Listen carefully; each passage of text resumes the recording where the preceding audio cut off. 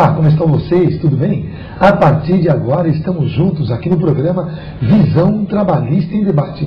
Eu lembro a você, telespectador, que a sua participação é fundamental para nós. Acesse o nosso e-mail e participe.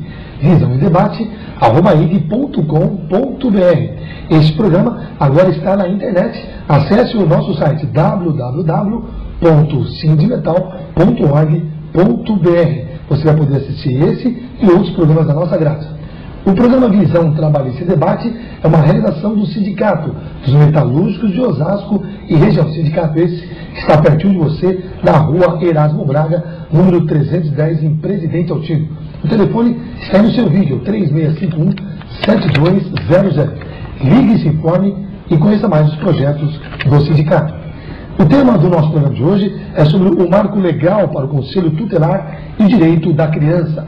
Para falar sobre esse assunto, nós trouxemos aqui o presidente do Conselho Municipal dos Direitos da Criança e do Adolescente, o nosso querido amigo Antônio Dantas. Dantas, seja bem-vindo aos estúdios da TV Osasco. Obrigado desde já por ter aceito o nosso convite. Imagina, mais uma vez eu que agradeço por poder contribuir nesse tema, né? Direito da criança e do adolescente é uma coisa que está na veia, está no sangue, né? Acho que eu já nasci defendendo direitos humanos e, em especial, depois de muito conhecimento sobre o tema, os direitos da criança e dos adolescentes. Tá certo. O meu outro convidado, ele é advogado e assessor jurídico da Fundação Criança e especialista em direito público. O meu convidado é André Alcântara. André, seja bem-vindo também aos estúdios da TV Osasco e obrigado desde já também por ter aceito o nosso convite. Obrigado, Eduardo. Agradeço também o convite, né? A possibilidade de estar com o Dantas aqui e todos os seus telespectadores, para a gente engrandecer aí, aprofundar a proteção da criança e adolescente, que é o papel de todos, né, na nossa sociedade, pensar aí o que podemos fazer, quanto temos que contribuir para fazer a lei criar vida, né? Então, agradecemos a oportunidade de estar junto, em nome de todos os colegas da Fundação Criança também, nessa grande rede que está a serviço aí da criança e adolescente em São Paulo, especialmente. Perfeito. Eu quero agradecer a você em casa pelo carinho, pela audiência. Participe do nosso programa através do nosso canal eletrônico. Você já sabe que é o visãoemdebate@ig.com.br. Mande suas perguntas aos nossos dois convidados. Eu começo fazendo uma introdução. O Estatuto da Criança e do Adolescente completou 21 anos nesse ano, e aí comemorando alguns avanços, mas buscando novas conquistas para a infância e juventude. O principal avanço foi definir a criança e o adolescente como seres de direito. No entanto, um de seus principais desafios é, sem dúvida nenhuma, combater a exploração do trabalho infantil seguido do combate às drogas. Eu pergunto aos dois, eu queria a opinião de vocês dois, essa comemoração é tida com sucesso? Bom, agora vai completar 21 anos, né, de vigência do ECA. Tem muitos sucessos, né? Muitos avanços, sim, a ser comemorados. A instituição do Conselho Tutelar é um deles, enquanto órgão administrativo que cuida dos direitos, tutela os direitos da criança e adolescente. Nem nenhum outro setor da sociedade tem um conselho como o Conselho Tutelar, né? da política. A organização política do país tem melhorado nesse sentido. As leis, também a observância do judiciário, a sensibilização dos operadores de direitos também. Nós também temos muito retrocesso, né? Retrocesso que a gente vê diariamente aí nas inúmeras violações em que trabalhamos, em que percebemos, tanto no meio televisivo, jornalista, está no dia a dia nosso ambiente familiar, comunitário também. Então há os dois lados, sim, e há muito o que fazer também para melhorar ainda mais. E para você, Dantas, como que você avalia esses 21 anos do ECA? Bom, seguramente eu considero que os avanços que aconteceram foram significativos. Mas assim, o Estatuto da Criança e do Adolescente, que foi publicado em 1990 pela Lei 8.069, ele tem 267 artigos, né? 267 artigos. Dentre esses 267 artigos, alguns foram alterados, e com alterações significativas, né? Do mesmo jeito que o artigo 227 da Constituição Federal e o artigo 204, dois artigos da Constituição, se desdobrou e transformou em 267 artigos de uma lei, o ECA, ao longo desse período de 21 anos de existência, que completou no dia 13 de julho, né, alguns artigos do ECA, por exemplo, o 140, se transformou, se desdobrou de um único artigo do ECA numa legislação, né, e vários outros artigos do Estatuto se transformou, se desdobrou em mais 30, 40, 60 artigos de uma lei seja ela federal ou em muitos municípios brasileiros, transformou em lei municipal por conta da adequação legal. Isso é um avanço do ponto de vista da estrutura da execução da política a ser considerado significativamente. Agora, o próprio Estatuto ele traz 3 mudanças significativas que acho que é outra grande referência que a gente tem que começar a trabalhar.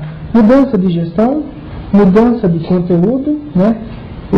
Nos artigos em si do ECA, que a política pública tem que ter, naturalmente, para você ter a completude e aplicabilidade do 267 artigo do ECA, necessariamente as políticas públicas precisam ter o olhar para a gestão e para conteúdo, né? Porque a lei federal, ela normatiza uma ação municipal e que a gestão tem que se atentar para o direito da criança, para a aplicabilidade legal, né? Porque muitas vezes não é visto, né? Não é que não é bicho, é que assim, eu quero pegar o exemplo assim, as políticas públicas no Brasil, a grande maioria das políticas públicas do Brasil, não são construídas, né, no princípio, como para atender uma necessidade da população, seja qual for, idoso, saúde. A política pública no Brasil, em algumas situações, ela é construída olhando o orçamento, né? É fundamental, o orçamento é fundamental, mas assim, o princípio da construção da política pública, você não pode dizer assim, eu tenho 3 mil, vou gastar 3 mil com isso aqui. Você vê então a realidade, né? Pois é, então o que você tem que observar? Que é o modelo, que é a grande mudança que o Estatuto traz de como hoje. Então, para você fazer gestão, você tem que olhar a necessidade das pessoas em garantir o direito, a universalidade do direito, atrelada a um recurso disponível que se tem. Né? Mas assim, na construção de fato de alguns projetos, de alguns programas políticos, de gestão política, se olha primeiro o orçamento. É por isso que muita gente, quando vai discutir alguma construção de política, ele não se deixa fora do orçamento. É fundamental discutir o orçamento, mas é necessário discutir qualquer necessidade de fato das pessoas. Perfeito, muito bem explicado. Agora, o Conselho Tutelar é responsável em fiscalizar se os direitos das crianças e dos adolescentes previstos pelo ECA estão sendo cumpridos, e para isso conta com o auxílio dos conselheiros tutelares. Eu lhe pergunto como funciona o Conselho Tutelar aqui na cidade de Osasco e quais são as suas atribuições. Bom, as atribuições do Conselho Tutelar tem uma previsão legal do artigo 136 do ECA, né? Todas as atribuições do Conselho Tutelar. Agora, tem não só em Osasco, acho que Osasco não dissocia de uma realidade nacional como o André, como de igual forma em São Bernardo do Campo. O grande problema da aplicabilidade do ECA é porque assim, a política pública de defesa, de proteção, o chamado sistema de garantia de direito, as redes de proteção, em muitas situações, não reconhece a sua real potencialidade de investir na proteção e garantia integral do direito da criança e do adolescente. Em muitas situações, né, vamos pegar a chamada rede de proteção, a igreja tem uma competência em proteger o direito da criança e do adolescente na base, as associações de moradores, né, as entidades sociais. Se a gente pegar o que está previsto no artigo 136 do ECA, o Conselho Tutelar não dá conta de fiscalizar. Então a gente tem que passar, do ponto de vista de uma execução de uma ação, de conselho, de instituição, de conselheiros, né, por uma responsabilidade macro. Agora, depender desses outros atores, não é uma coisa também que não é assim definido, ou seja, depende de cada bairro, de cada cidade, enfim, não é uma coisa assim garantida? Você não vê por esse lado? O artigo 18 do ECA diz o seguinte: é dever de todos velar pelo direito da criança e do adolescente. Na interpretação do 18 do ECA, eu entendo que a responsabilidade é de todo mundo. Inclusive, o artigo 70 também diz o mesmo, né? Nas ações preventivas, né? Isso aí para zelar a dignidade da pessoa, da criança. Mas as ações preventivas também é para todos. Então, não dá para falar parte do corpo, qual a parte que é mais essencial do meu corpo, né? Então, se a criança está no ambiente, o ambiente dela, ela vê várias pessoas, então ela tem a figura do pai, que é uma parte importante, como referência e autoridade, da mãe também, como cuidado. Aí o poder público também tem sua parcela muito grande, né? O Conselho Tutelar não é o único poder público responsável por isso, né? Ele tem ali fazer a defesa intransigível, assim, do direito, não só no caso de violação, até também no caso de prevenção, de falar, dar orientações para a família também, de obter os serviços públicos necessários. Os meus convidados de hoje é André Alcântara, advogado e assessor jurídico da Fundação Criança e especialista em direito público, e meu outro convidado, Antônio Dantas, presidente do Conselho Municipal do Direito da Criança e do Adolescente. Participe do nosso programa através do nosso canal eletrônico visãoemdebate@ig.com.br. Nós vamos para um breve intervalo e já voltamos. Fiquem conosco, não saiam daí. Para você que chegou agora, você está assistindo o programa Visão Trabalhista em Debate. Acesse o nosso e-mail e participe.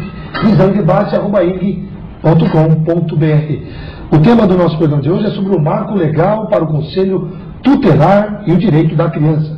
Os meus convidados do Dr. André Alcântara e o presidente do Conselho Municipal de Direito da Criança e do Adolescente, Antônio Dantas. Eu queria saber de vocês dois em relação ao caso que aconteceu em São Caetano do Sul, né, uma criança, um aluno de 10 anos da escola municipal da cidade de São Caetano, atirou nas costas na professora. A professora, graças a Deus, passa bem, ela está sendo atendida, foi transferida para o HC, e o menino, após o ato, ele deu um tiro na própria cabeça, ou seja, morreu. Eu queria saber de vocês dois, como entendedores do assunto, o tema é pertinente para isso, começando com você, Dan, o que leva a acontecer tragédias como essa, como aconteceu em São Caetano? Não sei, talvez primeiro começar com o André está lá vizinho, São Bernardo do Campo, entendeu? E isso aconteceu em São Caetano, talvez tenha maiores informações do que... E aí depois eu faço ter seus comentários. Vocês discutam e façam o debate aí. Vamos começar pelo debate então. Na verdade, tudo tem que fracionar também para entender, né? O estudo metodológico também, se a gente para fazer o bolo tem que pegar cada partinha para fazer o bolo completo, né? E aí acho que nesse sentido da proteção integral da criança, né, que o ECA traz, que a Constituição traz, tem as normativas internacionais, como é que essa criança estava sendo cuidada, as variáveis que tem, né? Então a informação que a gente tem é de que era uma criança que era muito calada, muito quieta, né, introvertida lá, então não socializava muito. E tinha boas notas, né? E aí como é que você pensa na escola como um lugar de socialização da pessoa e ela permaneceu bloqueada, né? Qual foi o diagnóstico da escola também para isso? Porque a escola também, delas, né, mais escolas bem pagas, tem lá tem um pedagógico que atua individualmente, né? Como foi também o papel da escola aí nesse sentido da socialização, né? Tem uma relação da criança com a professora, enfim, o que aconteceu logo depois dela ter cometido aí o suicídio, né? E a questão do pai também, da arma, que o pai não diz aí o GCM, uma arma própria, como é que ele guarda essa arma em casa também, né? Então também remete um pouco da questão do desarmamento, dessa política que nós temos, mesmo que temos dia de legítima defesa, mas como é que nós, esses instrumentos mortais aí, né, armas de grande letalidade, elas podem ser facilmente encontradas com uma criança. Então as campanhas que tem, por exemplo, como você citou, desarmamento, então não é que não funciona? O que dizer então? Que a campanha do desarmamento foi na verdade assim, né? É possível hoje a gente ter arma em casa, a pessoa ser habilitada a ter uma arma em casa, ter essa habilitação, tem como carro, né? Ainda vai ter como ter um carro, né? Passar lá para um procedimento para isso, né? Mas aí, talvez a legislação devia ter mais rigorosa no sentido de como orientar as pessoas a armazenar essa arma, mesmo quando a pessoa tem criança em casa, a gente sabendo que a criança é uma pessoa em desenvolvimento, tem todo o discernimento, né? Então é uma situação que a gente tem que também analisar a questão da arma, né? É válido, está acontecendo sim, a arma está diminuindo, a letalidade diminuiu do desarmamento até agora, mas a gente tem muito a avançar, seja essa questão da letalidade. E outra é a visão da criança. A criança que é toda hora criada, né, vendo também a violência, né? Como é que é a situação dela vendo a violência, de forma subjetiva também, a composição do ser dela, né? Numa cidade que toda hora passa na televisão, o pica-pau batendo lá no outro animal, né? No outro desenho animado. Então como é que você vê essa relação de violência constante, né? E como canaliza isso? E também como nós, estamos falando tanto a família quanto a escola, cria mecanismos para canalizar essa violência nossa nata também, né? Então aí também tá as escolas que promovem gincanas, né? E aí espaços de interação, que possibilita através do jogo também a ideia da competitividade, mas com uma lealdade, respeitar o outro. Também instrumentos para isso, né? Mas juridicamente, assim, tá lá a lei colocada, o que não, geralmente é o que deve ou não deve ser, né? E aí você tem a violação, como aconteceu esse caso, um caso que foi além da lei. A lei fala para não matar e correu o fato. E aí, olhando agora como cuidar da criança, né? Que isso, para a gente pensar também em projeto de sociedade. Daqui para frente, né? Nós, do CMDCA, nós de entidades, nós de órgãos públicos, nós da mídia, nós do empresariado, nós trabalhadores, pais e mães de famílias, como cuidamos da nossa família? Uma reflexão, né? Uma reflexão. Como cuidamos da nossa criança e adolescente? Santos, como achar respostas para essa tragédia? É difícil. Acho que, assim, tem isso que o André fala, eu concordo, assim, das várias alternativas, das possibilidades de investigação para se chegar numa conclusão ou num denominador comum para poder entender essa situação, que na verdade é complexa, né? Agora, se a gente olhar, igual tem a previsão legal do ECA, que a criança é uma criança de 10 anos, ela tem que ser protegida, né? Ela tem tutores, né? E assim, não é só uma discussão de classe socioeconômica, de poder econômico, que a escola é uma escola, né? Agora, nós, em muitas situações, assim, a aplicabilidade pedagógica, que tem previsão legal do ECA, do papel da instituição, seja a escola, ou qualquer aparato de acolhimento de pessoas, em especial de crianças e adolescentes, como que na execução da política, como que pedagogicamente está sendo aplicado, né? Qualquer o processo de descoberta de aptidão do ser. Isso.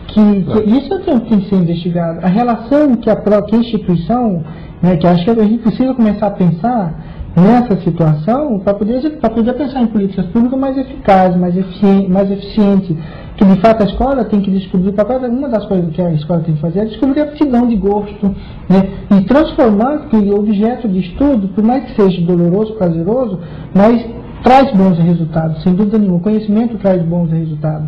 Então, assim, essa pedagogia, ou essa aplicabilidade pedagógica da relação com a família, né, com intervenção e com interface com as políticas públicas, a própria política de desarmamento, né, como que pedagogicamente está sendo tratado isso?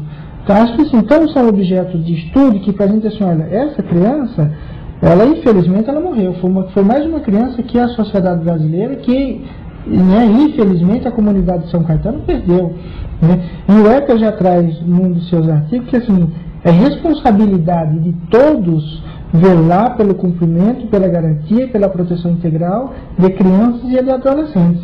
Então nós compreendemos e entendemos que criança e adolescente até 11 anos, 11 meses, 29 dias, tá certo? E adolescente a partir disso até os 18, incompleto. Mas enfim, todos esses seres cidadãos são sujeitos de direito e que a sociedade brasileira tem que dar resposta efetiva e eficaz num programa de relação de proteção integral. E não basta só uma lei para isso, né? Não é a seleção de juízes que vai fazer o mundo feliz, isso, né? Certo. Não é somente isso, vai além disso, cada um assumir o seu papel também, né? É claro que a gente espera mais que tenha um poder público que tem um poder na mão do orçamento e mais, mas também a família tem sua quarta parte, né? Os amigos também que se relacionam também tem sua quarta parte que influenciam bastante a criança também, quando está selecionando. E você falou até nos bastidores a questão da genética, né? Essa questão desses acontecimentos tristes que estão acontecendo, provavelmente acontecerão antes, ou outros, né, infelizmente.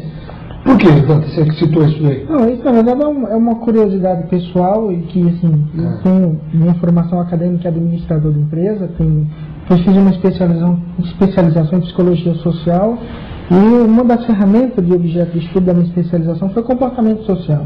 Assim, para a gente entender algumas respostas do comportamento social, na minha pequena e singela visão de compreensão, na ansiedade de compreender, necessariamente você precisa entender como que o ser humano está se alimentando, como que a genética humana está sendo transformada e sem eles perceber, né? Por exemplo, outro dia, até o Sindicato dos Metalúrgicos fez uma discussão, um grande debate na região, sobre a questão da nanotecnologia. Sim. As máquinas de lavar que a gente compra, nanotecnologia. Então, assim, até onde o sistema de descoberta, a engenharia contribui para criar produtos que podem melhorar a vida do ser humano, mas e os riscos à saúde do ser humano? Isso tem que discutir. É uma questão de política de saúde pública, né? E de relação social, de política de relação social.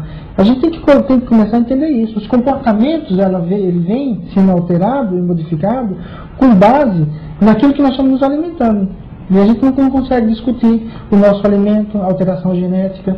Eu estou conversando aqui hoje com o Antônio Dantas, o presidente do Conselho Municipal dos Direitos da Criança e do Adolescente, e também o advogado e assessor jurídico da Fundação Criança e especialista em Direito Público, André Alcântara, tratando o tema, o marco legal para o Conselho Tutelar e o direito da criança.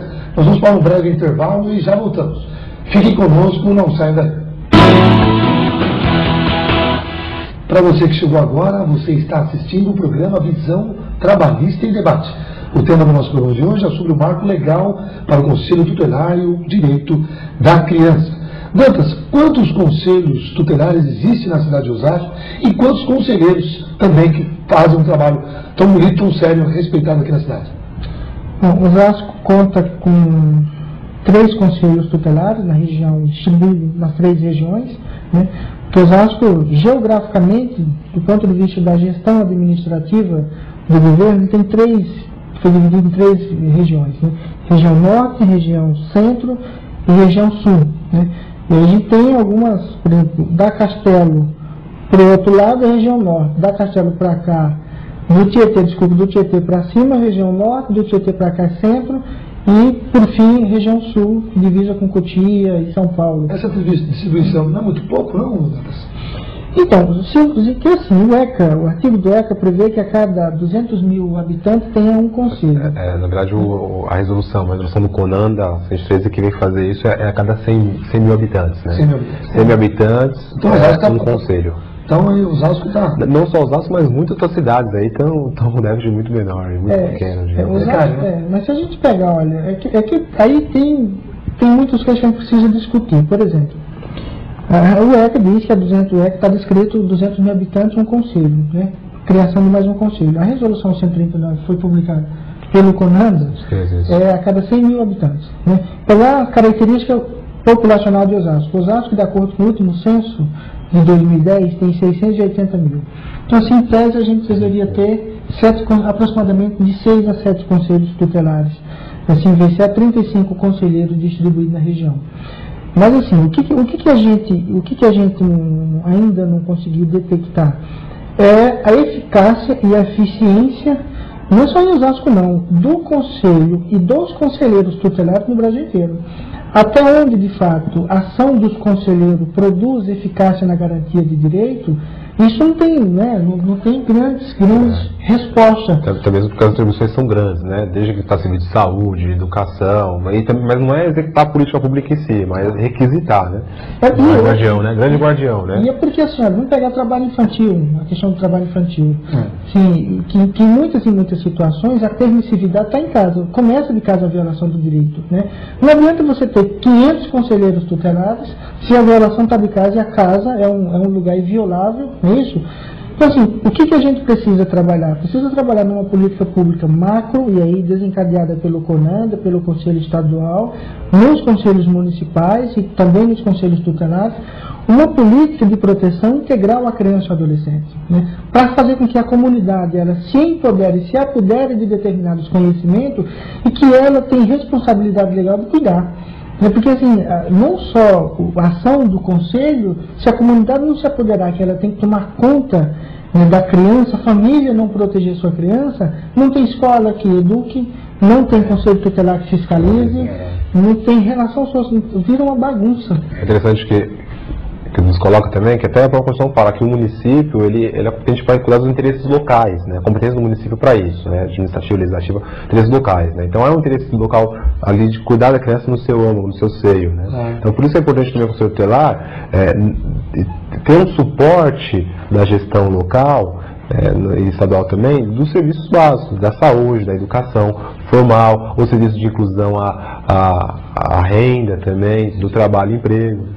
Então, ele não vai ser o grande Superman da história, né? Mas ele é só um articulador dessas informações. Até numa intervenção maior de violação, ele também conquista a autoridade policial para ir lá, que não vai sozinho, a pessoa que foi eleita lá, uma liderança comunitária, pessoa de boa referência, até com uma formação, com muito bom grado de cuidar, resolver todos esses problemas sem um técnico, um conhecimento às vezes de um psicólogo, de assistência social, né? Então é importante o de advogado também, da defensoria pública, se assim for, da OAB. Então é importante ter esse respaldo do Conselho Tutelar, respaldo intersetorial, né? E o que dizer em relação aos direitos da criança e quais são as violações de direitos mais comuns aqui em Osasco e em São Paulo? Acho que isso pegando o panorama nacional, primeiro, acho que uma das grandes violações que é a coletiva, né? A questão da drogadição tem uma violação macro, e não é só em Osasco em São Paulo, mas assim, você pega toda a população brasileira. A questão do próprio trabalho infantil, né?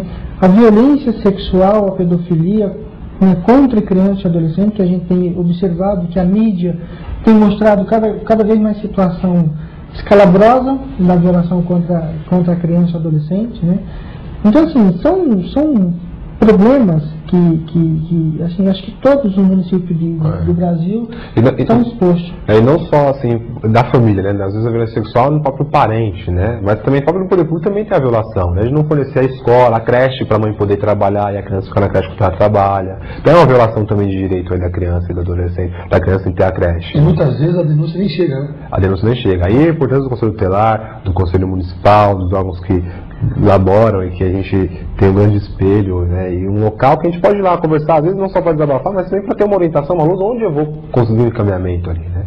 Aí a importância de ir, de conhecer o Conselho Tutelar da sua região, do seu bairro, né. No Brasil, André, nós não temos o hábito, ainda não criamos o hábito de fazer a aplicabilidade jurídica de cobrar o direito repressivo, né?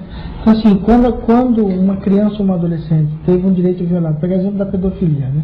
Que aí foi um parente, um ente próximo, né? Mas que isso que causou um dano, e esse dano se reflete na família, né? Na grande maioria das vezes, na execução do processo, você não estabelece penas, né, de reparar o direito do outro que foi atingido pelo reflexo daquela situação, né? Então, assim, não tem dano, não tem criminalização do poder público porque não ofereceu a creche. Até a lógica histórica também, né? Como é que a gente vai entrar com uma ação administrativa com aqueles que fazem a lei, né? Até a própria legislação de poder administrativa também é um fragmento, né? Entrar com uma ação assim é um pouco tanto aventureiro, que a gente não sabe qual vai dar e até o procedimento que correr para os operadores de direito, né?